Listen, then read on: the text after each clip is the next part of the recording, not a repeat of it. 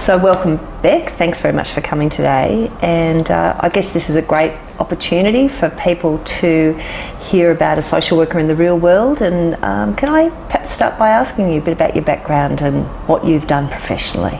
I went to work at Salvation Army East Care, and I worked in their youth residential program, so working with high-risk adolescents, living with them day in, day out for long stints of time. So that was definitely an eye-opener for me, and I think a big learning curve into the world of working with children and young people. I stayed there for probably about 10 months before I sort of went to child protection. So originally I wanted to work in youth justice, and that didn't work out for me, so then I went for a job with child protection, and I think not really actually knowing what that was going to mean and what that job was actually going to entail on a day-to-day basis. So when I started in the former Eastern region, so in Box Hill, working in the adolescent investigation and response team. So using your youth work background? Using my youth work background, I had a real passion for working with young people, particularly really at-risk, high-risk young people. I might check out with you what investigation team is. Okay, so we always bandy these terms around. So what that actually means is that we go out and we investigate the reports of child abuse that have been made to the department. So when a young person is assessed as or likely to be at risk, we're going out and we're meeting with children, we're meeting with families, really trying to get a sense about what's going on for that young person, that child, and from there making decisions about what we think needs to happen in order to keep that child or young person safe. So we're doing that day-to-day stuff of knocking on doors, meeting with children, that sort of thing.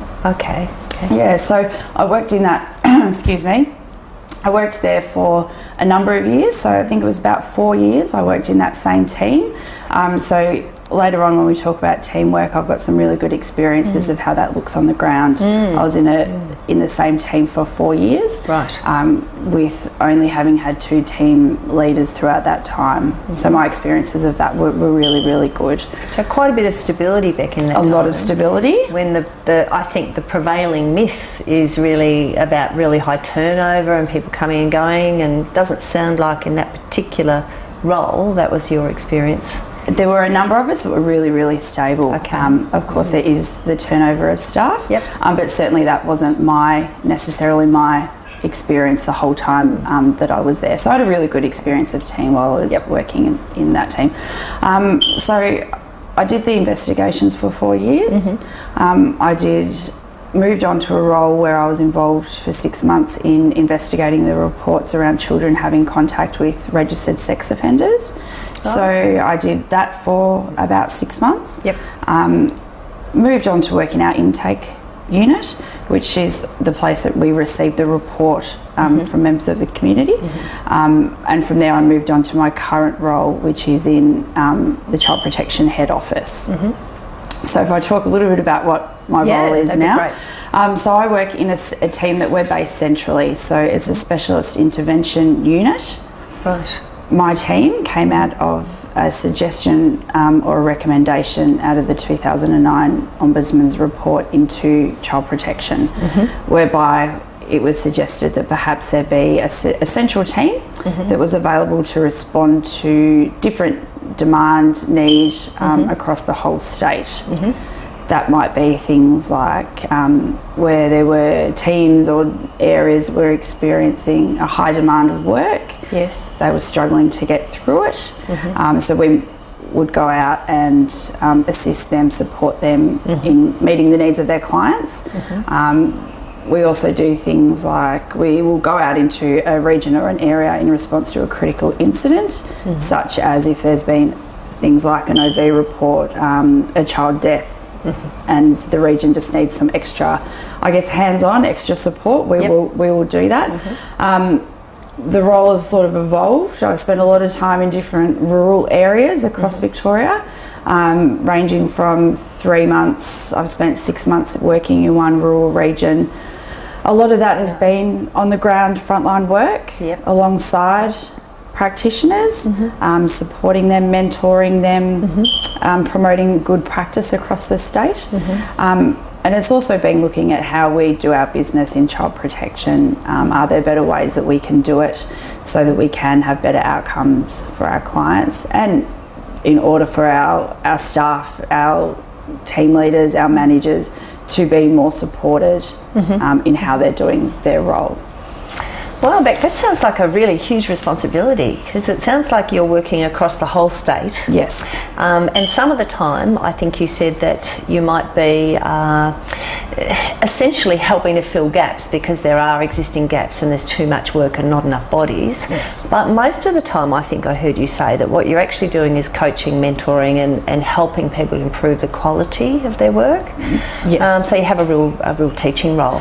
We do have a real teaching role, and that has really evolved with the team. The team started when I started back in October 2010. Okay. Yeah. So originally we didn't really know how it was actually going to look, and it's grown, and it has been a lot of that coaching and mentoring, and particularly in line with the new child protection operating model. That's a big component of what that means. Right. So we're there to support the implementation of that model as well, in helping, with that reflective practice and giving people the space to be able to do that whilst they're managing their day-to-day business and getting through that. Well, I thank you, because I think you are in a prime position then, perhaps to give us some advice about, from your helicopter perspective. Okay, yes. Because this is a topic about understanding modern organisations, and you referred already to a couple of key points of change, and I'm not going to ask you to talk us through those, because that's my job as the lecturer. But I guess from your perspective, looking at the contemporary organisation that you work in, there's been a lot of change, and I'd like you to perhaps tell us a bit about these key words: partnership, collaboration, teamwork. Starting perhaps with partnership and collaboration, are they meaningful words, or are they just jargon? And what sense do you make of partnership and collaborative practice? Okay. And they are terms that I know that we do say a lot, and we need to be collaborative, but I was sort of thinking about what that actually meant for on the ground as I was sort of coming over to talk to you today. And I think what I'll do, if I talk about a case recently where it didn't maybe work so well, because in reality, at times we don't do it well enough. Yes. But I think what's important is we look at what we've done not so well, so that we can learn and we can do it better next time. So I've just recently completed a file review in relation to a young person that we have who's an open case, and she is a really high risk adolescent. Yes. So looking through her file, her behaviours that we're seeing alcohol use, we're seeing drug use, inappropriate relationships with older men. How old is she, Beck? She would be 16-ish. Yep. Off the top of my head. Okay. So I was asked to just have a look at the file, just in order to identify some places where she may have been having some contact with some people that she shouldn't have, older men. And I could see through reading this young person's file, from the beginning to the end, the escalation in her behaviour. So she had been sexually abused when she was 8 years old, and had contact with people that may suggest that she was at risk of sexual abuse throughout her life. Her mother felt to protect her from certain people, and continued to place her at risk. So as I read the file, I could see her behaviours were escalating. It began with absconding for a little bit of time, and then more time, and then the drug use and the alcohol use, and it just escalated to the point where, we had her placed in secure welfare at times. The biggest thing to me when I was looking through this file was that we hadn't, from the beginning, we hadn't collaborated with agencies, and we hadn't acted in partnership. So what that meant was we had a young person who was involved with child protection, involved with mental health services. We had a school who was out here who was really struggling with her behaviours. We had some family, and we had some sort of sporadic involvement with a sexual abuse counselling service. Okay. But we saw these agencies and we contacted them. Our contact with them was sort of one-on-one. At no stage did we bring everybody together in order to, build a network around this young person, share information.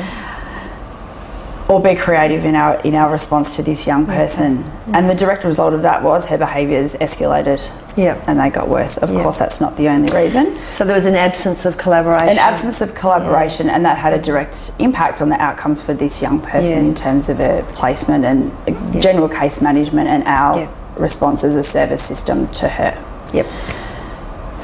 So that's what happens when it can go wrong. Okay. Yep. I have many examples of when it goes really, really well. Be good to hear one. Really, okay. And I think the important thing to talk about as well is that being involved with child protection, our clients, people get nervous and they get really anxious about managing these cases. Do you mean professionals in the community? Yeah, professionals in the community. What do you think that's about? It's not easy work. No. And we're dealing with the most vulnerable people in the community. Yeah. Particularly if you're talking about, you know, your really young babies or your really high risk adolescents, they are at the most risk of pretty much all our clients. Yeah. So often that increases people's anxiety. Personally, it increases an organisation's anxiety about how do we manage and keep this young person safe. Yes. And I think what we know from research and things like that is that tends to make people become more rigid in their approach, less creative, and less able to come up with a creative solution to how we might support a family, a young person. So I'll give you an example of a case that I was involved in directly that went really well and was a really great example of collaboration. Another high-risk adolescent who had a very high-risk medical condition. Yep. So she had that required really special care and attention in order to keep her healthy and keep her alive, essentially. She also had really high-risk behaviours, really severe suicidal ideation and suicide attempts continuously, daily, and was verging on some inappropriate sexual activity as well, had started to abscond. So her mother had tried and was unable to keep her safe. So we needed to come up with a solution. Now, in terms of creating a care team around this person, we did that really, really well. We had, again, mental health, adolescent mental health services involved. There was us, the family, her mother was really actively involved, the school. Yep. And we engaged placement and support because we needed this young person to have a placement that was suitable to her needs. Now, we know that placements are really limited for young people and they don't always suit their needs. But because of the high-risk nature of this young person, we had to have a really robust, out-of-the-box creative solution to how we were going to support this young person. How we did that was by building relationships, maintaining relationships, really simple things. We met twice a week. Wow. Yeah. And it seems like, it's such a simple thing, but we don't do it, always do it. Meeting twice a week, sharing of all key information so that everybody was on board. We knew what outcomes we wanted. We were all, joined in reaching that goal. Yep. So we were all clear about what our roles were, what we wanted to achieve, and that we were there to create the best response that we could for this young person. So by just doing that and including the family and including the mother in that plan so that she was on board, so that she felt empowered, and also involving the young person as much as we were able to, explaining to her what was happening, why it was happening. We were able to come up with this placement, a one-on-one placement, where we were able to train the carers. We had one consistent caregiver for most of the time. So we had her trained up so she could meet the medical needs of this client. The care team was there, everyone knew what they were meant to do. We had planned admissions into the adolescent mental health service as a form of respite, I guess, when the young person needed it, and also to contain her. And we were able to have her placed in this placement on an ongoing basis. So that's an example of where it works really, really well. Yes, so I think we really have heard such a difference, haven't we? Rather than working in isolation of each other, that you've described a situation of really. I'm trying to think of another word than collaboration, because it's so much of it's a word that everybody's using, but it seems to me that everybody knew what everyone else was doing and that you were all in furious agreement. That's I think the key message that I heard from you. And that it was a process that was empowering for the family, that is the mother and the young person. Absolutely.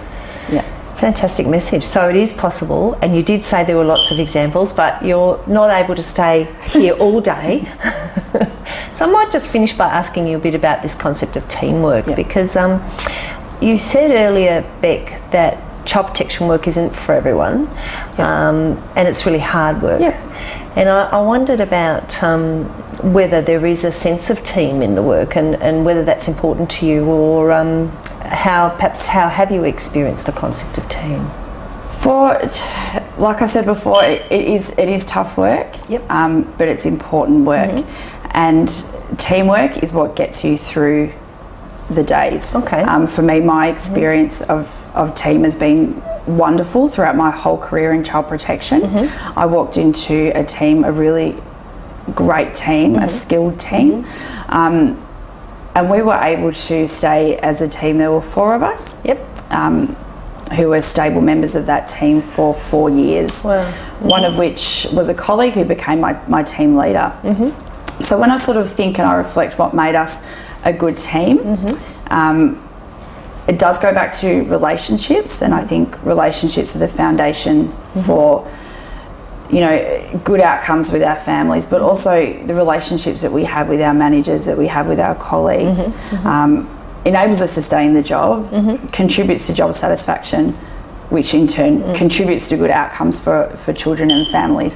So having those really good, positive, open, trusting relationships with our colleagues, if I think back to why that team worked for so long, I would contribute that to the supervisor that I had, the relationship that I had with her as an individual. I was able to walk in and talk to her when I was concerned or worried about my clients, when I didn't know what to do, because we don't always know what to do with our clients. And that we were able to have that reflective space and that relationship to think about, okay, well, we've done this, what can we do next? What might I do better next time?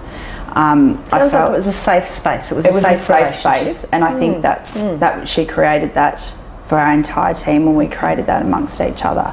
So what that meant was we do a lot of work in twos. We go out in child protection in twos. I always say you're not on an island in child protection. You don't make decisions in isolation, and you're never left on your own. So we always go out, we work in twos, because we are putting ourselves in situations where we need 2 people. We sometimes don't know what we're walking into, and it is that safety that enabled me to do that without having anxiety, and I knew that my team members were going to be there. And it's the camaraderie as well that we have in child protection that really contributed to my decision probably to remain, because I had that really good solid foundation of teamwork from the beginning. What that team also meant was, you know, people come and they go from child protection. We know that. I think that's getting better. But it happens in all professions. People come in and out, but having that good team allowed us to move through those stages of team development really quickly. I'm going to think it's forming, storming, norming. So when new people joined our team, we were able to move through those stages quite quickly and come back to where we were able to, you know, perform to quite a high level because we had that safety and we had those relationships. I think what that also really meant for my experience of team was that we were able to really have that reflective space, which meant that we were able to be more creative in our response to the children and families that we were working with, and that, you know, we were really able to manage the work and to provide, I think, a good service to the clients that we worked with. So I had very positive experiences of team. And had that supportive environment, particularly when you need it, and that's when you're a frontline worker, because it's hard and there's long hours, but it's worth every minute, I think. Beck, it has been such a pleasure and a privilege to hear from you today, and I think what you've what you've really done for us is put the real world into these concepts of partnership, collaboration and team. So thanks very much for joining us today. No worries, thanks Lynn.